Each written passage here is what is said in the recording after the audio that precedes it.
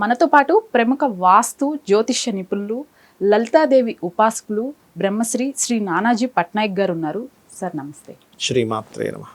గురుగారు, శ్రీ విశ్వవసు నామ సంవత్సరంలో కర్కాటక రాశి వారికి ఆదాయ వ్యయాలు అలానే రాజపూజ్యం అవమానాలు ఎలా ఉండబోతున్నాయి సార్? ఆదాయం 8, వ్యయం 2 ఉంది. సో బ్యాలెన్స్ బాగానే ఉందని చెప్పుకోవాలి. ఎందుకంటే ఒక 8 లక్షలు సంపాదిస్తే 2 లక్షలు ఖర్చు ఉంది సంవత్సరం వల్ల మొత్తం చూసుకుంటే. ఇంకా 80 లక్షలు ఖర్చు సంపాదించే వాళ్ళు ఉంటారు, 80 కోట్లు సంపాదించే వాళ్ళు ఉంటారు. బట్ రేషియో మాత్రం ఇలాగే ఉంటుంది.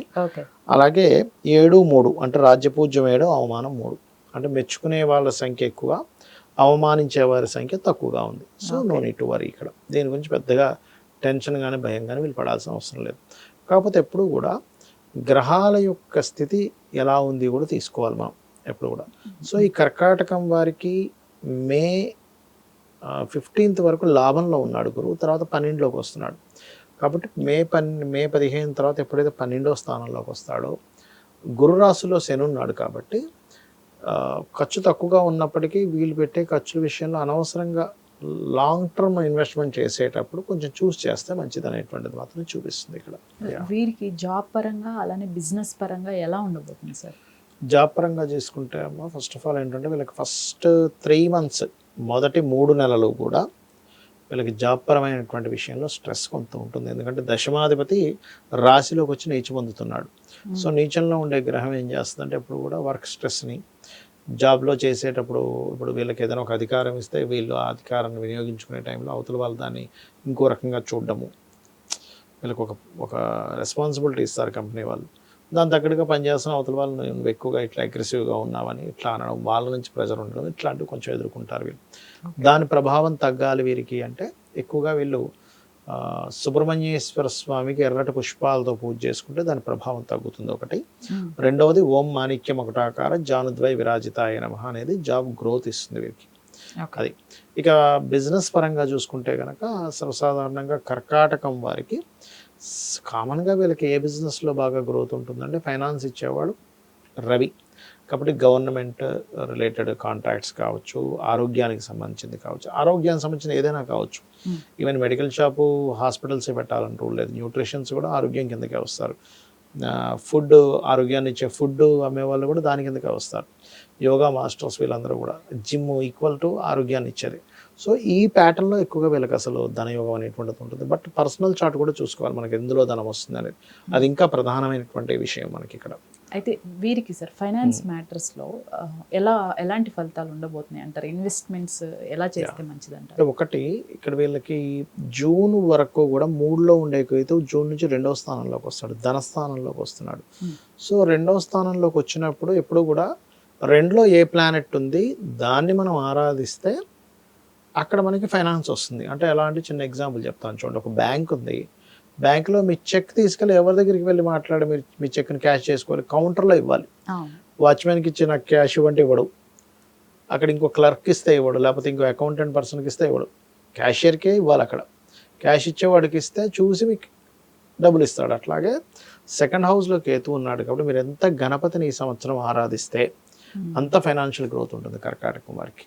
ఈ రాహుకేతువులు అలానే ఈ శని గురువు కానివ్వండి, వీళ్ళ ప్లేస్మెంట్స్ వల్ల ఈ రాశి వారి ప్రభావం ఎలా ఉంటుంది సార్? మనం రాహుకేతువుల్లో ఇందాక మనం కేతు 2లోకి వచ్చినందుకు గణపతి ఆరాధన చేసుకుంటే బాగుంటుంది. లేనట్లయితే ఏమవుతుందంటే 2లో కేతు ఉన్నప్పుడు సర్వసాధారణంగా ఎవరికైనా డబ్బులు ఇచ్చి, అందులో ముఖ్యంగా సన్ యొక్క సైన్లో సూర్యుడి యొక్క స్థానాల్లో, కాబట్టి గవర్నమెంట్ పీపుల్కి ఏదో మెడికల్ రంగాల్లో ఉండే వాళ్ళకి డబ్బులు ఇచ్చి ఇరుక్కుంటుంటారు, అది కొంచెం చూసుకోవాలి. ఇక 8th house రాహు మారుతున్నాడు. ఇప్పుడు ఇంతవరకు ఇన్ని రోజులు 9లో ఉన్నటువంటి రాహు జూన్ నుంచి 8లోకి మారుతాడు. సో 8లో రాహు ఉన్నప్పుడు ఎప్పుడు కూడా ఏంటంటే రీసెర్చెస్ ఫలిస్తాయి, కానీ వాహనం మీద వెళ్ళేటప్పుడు స్లోగా వెళ్ళాలి వీళ్ళు, అది ప్రధానంగా తీసుకోవాలి. ఇక సాటర్న్ కనుక తీసుకుంటే వీళ్ళకి ఒక శుభవార్త ఏమిటంటే అష్టమశని అయిపోతుంది వీరికి. సో అష్టమశని క్లియర్ అవుతుంది అంటే వీళ్ళకి చాలా మట్టుకు అంతకుముందు కంటే ఇప్పుడు క్లియర్ అవుతాయి వర్క్స్. అంటే స్లో డౌన్గా ఉన్నటువంటివి ఫాస్ట్గా మూవ్ అవుతాయి. కాకపోతే భాగ్యశని ఏం చేస్తాడు అంటే ఇక్కడ కొంతమంది చూడండి, ఫస్ట్ మ్యారేజ్ ఏదైనా డివోర్స్ అవ్వడమో డిస్టర్బ్ అయినటువంటి వాళ్ళకి సెకండ్ మ్యారేజ్కి యోగం ఇస్తాడు ఇక్కడ. కాకపోతే ఫాదర్ ఆరోగ్యం విషయంలో 9th హౌస్లో సాటర్న్ ఉన్నప్పుడు ఫాదర్కి సర్వసాధారణంగా కొంచెం మోకాళ్ళకి సంబంధించిన ఇబ్బందులు రావడం, ఆర్థరైటిస్ అంటారు, ఇట్లాంటివి కొంచెం ఇబ్బంది పడతారు. దానికోసం కొంచెం జాగ్రత్త పడాలి. వీరు సార్ సంతాన పరంగా కానివ్వండి, మ్యారేజ్కి సంబంధించిన ఫలితాలు వీరికి ఎలా ఉండబోతుంది? సంతానం అంటే నేను ఇందాక చెప్పినట్టుగా ఆ, వీరికి పంచమాధిపతి కుజుడు అవుతాడు. కుజుడు లగ్నంలో ఉన్నందుకు కెరియర్ విషయంలో ఎలా అయితే స్ట్రెస్ ఉంటుందో సంతానం కోసం మొదటి 2-3 నెలలు స్ట్రెస్ అనేటువంటిది ఉంటుంది. ఆఫ్టర్ దట్ బాగుంటుంది చెప్పాలంటే. అలాగే రెండవ స్థానంలో కేతు ఉన్నందుకు అది న్యాచురల్ 5th హౌస్ అయినందుకు కొంచెం సంతానాన్ని ఎక్కడికైనా వేరే ప్రాంతానికి పంపించడం, చదువు కోసమనో ఉద్యోగం కోసం ఇట్లాంటివి కొంచెం చూపిస్తున్నాయి వీళ్ళ జాతకంలో. అండ్ అట్లాగే మ్యారేజ్ సంబంధించిన విషయం కనుక చూసుకుంటే వీళ్ళకి కొద్దిగా మొదటి 2 నెలలు విశ్వవసునామ సంవత్సరం మొదటి 2 నెలలు విదేశీ సంబంధాలు కుదురుతాయి. ఆ ఫస్ట్ 2 మంత్స్ ఎక్కువ దాని ప్రభావం చూపిస్తుంది. తర్వాత అంతా కూడా బ్యాంకింగ్ సెక్టార్స్లో ఉండేటువంటి వారు, టీచింగ్ లైన్స్లో ఉండేటువంటి వారు, లేదా రెండో వివాహం కోసం ప్రయత్నం చేసే వాళ్ళకి ఎక్కువగా పాజిటివ్గా ఉంటుంది ఇక్కడ చెప్పాలంటే. వీరికి ప్రాపర్టీస్ కొనుగోలు విషయాల్లో కానివ్వండి, అమ్మే విషయాల్లో ఎలాంటి ఫలితాలు ఉంటాయి సార్? వీళ్ళకి ప్రాపర్టీస్ విషయంలో ఈ సంవత్సరం బాగుంటుందని చెప్పుకోవాలి. ఎందుకంటే ఇక్కడ మిగతా గ్రహాలు ఎక్కడ కూడా ప్రాపర్టీని డిస్టర్బ్ చేసే అంతగా చిన్న చిన్న ఉన్నాయి కానీ బట్ మేజర్గా అయితే చూపించట్లేదు ఇక్కడ. వీరికి ఆరోగ్యపరంగా ఎలాంటి ఫలితాలు ఉంటాయి సార్?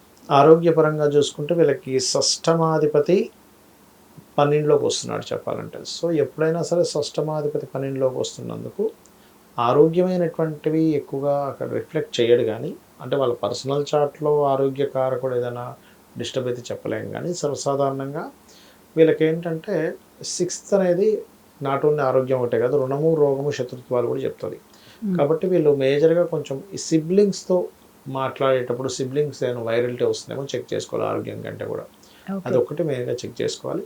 ఒకవేళ ఏదైనా అనారోగ్య సమస్యలు వస్తే వీళ్ళకి ఎందులో వస్తాయంటే, అంటే ఎవరికైనా మేబీ గ్యాస్ట్రిక్ ప్రాబ్లమ్స్, హెర్నియా ఇట్లాంటివి చిన్న చిన్నవి చూపిస్తుంది. ఈ రాశి వారు సార్ చేసుకోవాల్సిన పరిహారాలు అంటే ఏవి చెప్తారు సార్? పరిహారాలు అంటే వీళ్ళు ఎక్కువగా స్కందుని ఆరాధించాలండి. ఎందుకంటే పంచమాధిపతి కదా కుజుడు. సో ఎంత స్కందుని ఆరాధన, సుబ్రహ్మణ్యేశ్వర స్వామికి అభిషేకం చేసుకోవడము, సుబ్రహ్మణ్య స్వామి ఆరాధన చేయడము ఖచ్చితంగా వీళ్ళకి మంచి ఫలితాలు ఇస్తుంది. అదేవిధంగా కొంచెం పుణ్యక్షేత్రాలకు వెళ్ళడము ఇలాంటివి కూడా వీళ్ళకి చాలా మటుకు రిలీఫ్ ఇస్తుంది లైఫ్ అనేటువంటిది. సార్ శ్రీ విశ్వవసునామ సంవత్సరంలో ఈ దేశకాల పరిస్థితులు ఎలా ఉండబోతున్నాయి? ఒకటమ్మా, ఫస్ట్ ఆఫ్ ఆల్ ఏంటంటే మనం ఒకటి మాత్రం ఖచ్చితంగా చెప్పగలం. ఏంటంటే మనకి ముందు సంవత్సరం ఏదైతే ఉందో క్రోధినామ సంవత్సరంలో జరిగినంత గొడవలు అయితే జరగవు. ఇది డ్యామ్ షూర్. Point number 1. అంటే అప్పుడు చితికి మాటికి మనం ఎక్కడ చూసినా గందరగోళాలే జరిగాయి. చూడండి, క్రోధినామ సంవత్సరం అంతా కూడా అదే. లేదా 2 వ్యక్తులు కొట్టుకోవడం, లేదా 2 దేశాలు కొట్టుకోవడం, లేదా 2 కుటుంబాలు కొట్టుకోవడం. చూశారు కదా మీరు, ఎక్కడ చూసినా కుటుంబాలు, దేశాలు, మతాలు ఇవే జరిగాయి మొత్తం కూడా. విశ్వవసునామ సంవత్సరం అంత బ్యాడ్గా ఉండదు.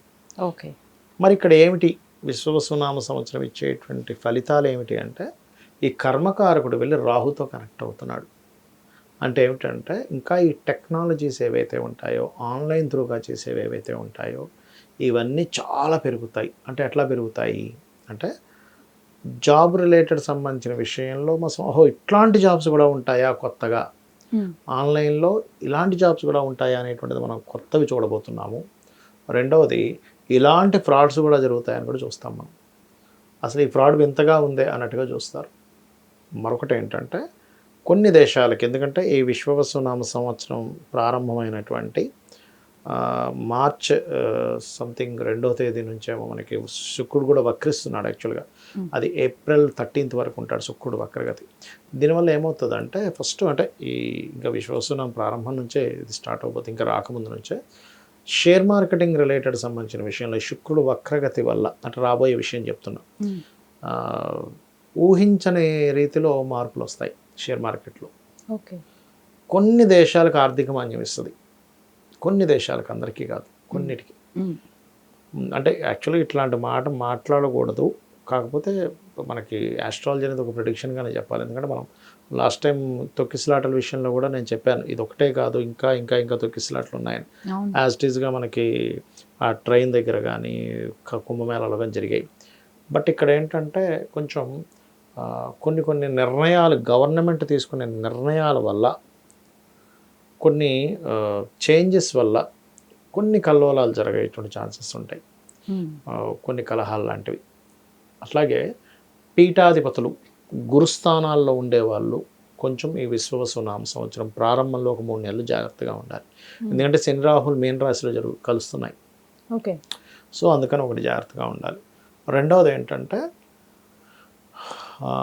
ఇక్కడ పర్టికులర్గా కొన్ని రాజకీయ సంబంధంగా అంటే ఏదైనా ఒక పార్టీల్లో కావచ్చు, పెద్ద హోదాలో ఉండేటువంటి ఒక రాజకీయ సంబంధించిన విషయాల్లో కావచ్చు, వాళ్ళు వైదొలిగి ఇంకోళ్ళు రావడం జరుగుతుంది. ఓకే, అదొకటి జరుగుతుంది. ఖచ్చితంగా మనకి చూడండి, ఇప్పుడు కొన్ని దేశాల్లో కొన్ని రాష్ట్రాలను విభజన జరుగుతుంది చూసారా, అట్లా విభజన కూడా జరుగుతుంది సింహరాశిలో కేతువు వల్ల. ఇప్పుడు సార్ ఈ ఇయర్ స్టార్టింగ్ నుంచి చూస్తున్నాము, అంటే అమెరికా లాంటి పెద్ద దేశాలు మన వాళ్ళు విపరీతమైన గడ్డుకాలం ఎదుర్కొంటున్నారు. ఈ పరిస్థితి ఇంకా ఇప్పుడు మీరు చెప్పినట్లు ఈ సంవత్సరం అంతా ఉండబోతుంది అంటారా? ఉంటుంది. కాకపోతే జాబ్ రిలేటెడ్ సంబంధించిన విషయంలో వేరే ఇంకొన్ని దేశాలు ఇప్పుడు అమెరికా మీద ఎగబడినట్టుగా, అంటే ఐ మీన్ అమెరికాకి వెళ్ళి ఎట్లయితే సెటిల్ అయ్యారు జనాలు, కొత్త దేశాలకు వెళ్ళి సెటిల్ అవ్వడం కూడా జరుగుతుంది. ఓకే. అమెరికానే కాకుండా ఇంకొంచెం వేరే వేరే దేశాలకి. ఇంతసేపు అందరికీ ఇప్పటివరకు ఎలా ఉంది మైండ్లో, ఏమనంటే అమెరికా వెళ్ళిపోతా అంటాడు. అమెరికా ఒకటే ఎక్కువగా వస్తుంది 90% ఆఫ్ పీపుల్కి. ఆస్ట్రేలియా ఉంటుంది, రకరకాల కెన్యా ఉంటుంది, కెనడా ఉంటుంది, రకరకాలు ఉంటాయి. కానీ ఎక్కువ 90% ఆఫ్ పీపుల్కి అమెరికా అంటుంటారు చూసారా. అలా కాకుండా ఇంకా వేరే దేశాలకి మార్పులు చెందేటువంటివి కూడా చాలా పెరుగుతాయి బికాజ్ ఆఫ్ ఈ జాబ్ సంబంధించిన విషయాల వల్ల. మెయిన్గా అమెరికా కంటే కూడా వేరే దేశాలకి ప్రాచుర్యం పెరగడము ఇట్లాంటివి జరుగుతుంది. అమెరికా ఒక రకంగా చెప్పాలంటే ఈ శని రాహువుల కలయిక వల్ల అమెరికా ఆర్థిక సంబంధించిన విషయాల్లో కొంత ఇబ్బంది పడతాది అని చూపిస్తుంది ఇక్కడ. ధన్యవాదాలు. శ్రీమాత్రే నమః.